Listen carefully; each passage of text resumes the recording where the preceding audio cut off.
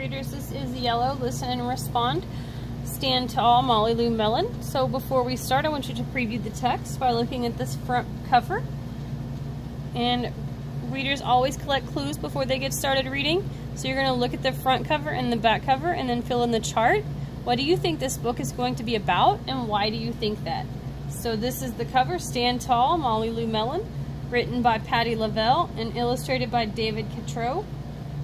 So then you're going to turn it over to the back, and it says, "Be yourself like Molly Lou Melon." It has a dog, and then it tells a little bit about the story. So I want you to look at that and come up with 3 things that you think this book is going to be about, and why you think that. After you've done that, we're going to start reading, and I want you to be paying attention to the characters and the setting. Readers know that understanding the characters and setting of a story is going to help them understand what's going on. So you're going to list the names of the characters and then what you know about that character out to the side. And then also pay attention to what is the setting. Where is this story taking place and why is it important?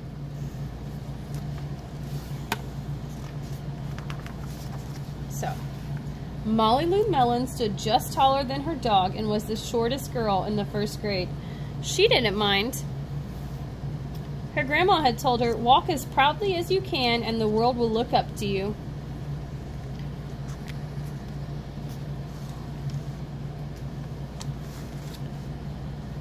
So she did.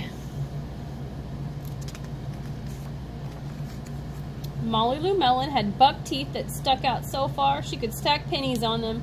She didn't mind. Her grandma had told her, "Smile big and the world will smile right alongside you."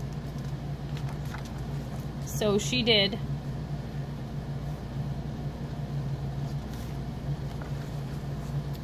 Molly Lou Melon had a voice that sounded like a bullfrog being squeezed by a boa constrictor.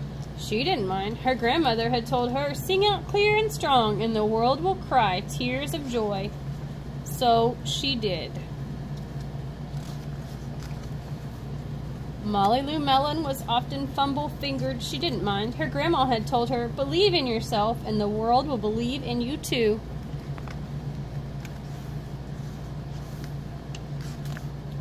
So she did.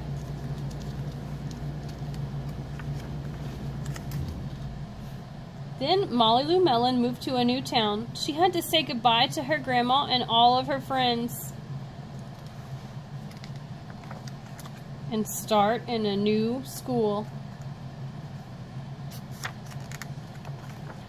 On the first day of school, Ronald Durkin called her Shrimpo in gym class. When the game started, Molly Lou Melon caught the football, ran into the legs of Ronald Durkin, and scored a touchdown.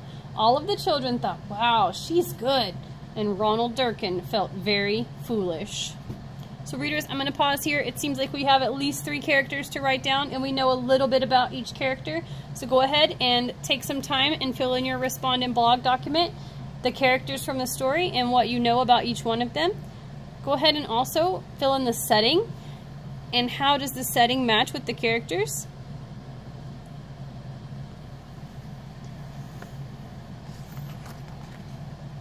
On the 2nd day of school, Ronald Durkin called her Bucky-Tooth Beaver. Molly Lou Melon took out her pennies, stacked 10 high on her teeth, and smiled as big as day. All the children smiled with glee, and Ronald Durkin felt very foolish. On the 3rd day of school, Ronald Durkin said, "You sound like a sick duck. Honk, honk." Molly Lou Melon sang out a quack so clear and strong that it made Ronald Durkin somersault backwards, hit his head, and have to go to the nurse. All of the children cried with joy to be free of Ronald Durkin for the rest of the afternoon, and Ronald Durkin felt very foolish. So, readers, I'm going to pause here. I want you to make a prediction about what you might think would happen next, and why do you think that? Do you think something might happen to Molly? Do you think something might happen to Ronald?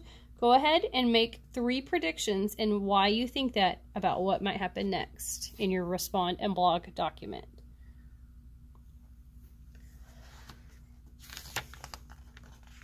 On the 4th day of school, Ronald Durkin said that she'd made the snowflake all wrong, but Molly Lou Melon opened up her paper and revealed the most beautiful snowflake of all.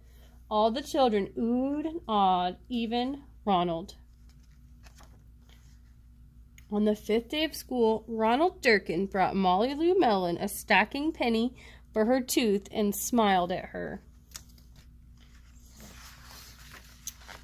That night, Molly Lou Melon took out a pencil and paper and wrote a letter to her grandma. Dear Grandma, I wanted to tell you that everything you told me was exactly right. Love, Molly Lou Melon. The end. So, readers, I need you to visualize now.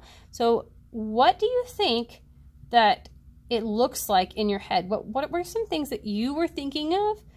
And why did you think that? Whenever you read maybe about her stacking the pennies on her teeth, maybe about her sounding like a duck, what images were you thinking in your mind movie? Go ahead and fill those in your Respond and blog. Then you're going to come to the summarize part. Readers, think about the most important parts of a book. So in your own words, give me a summary of the story. So the story, Molly Lou Melon, talks about, and then name the character. So then tell me something that happens in the beginning of the story, something that happens in the middle, and something that happens at the end.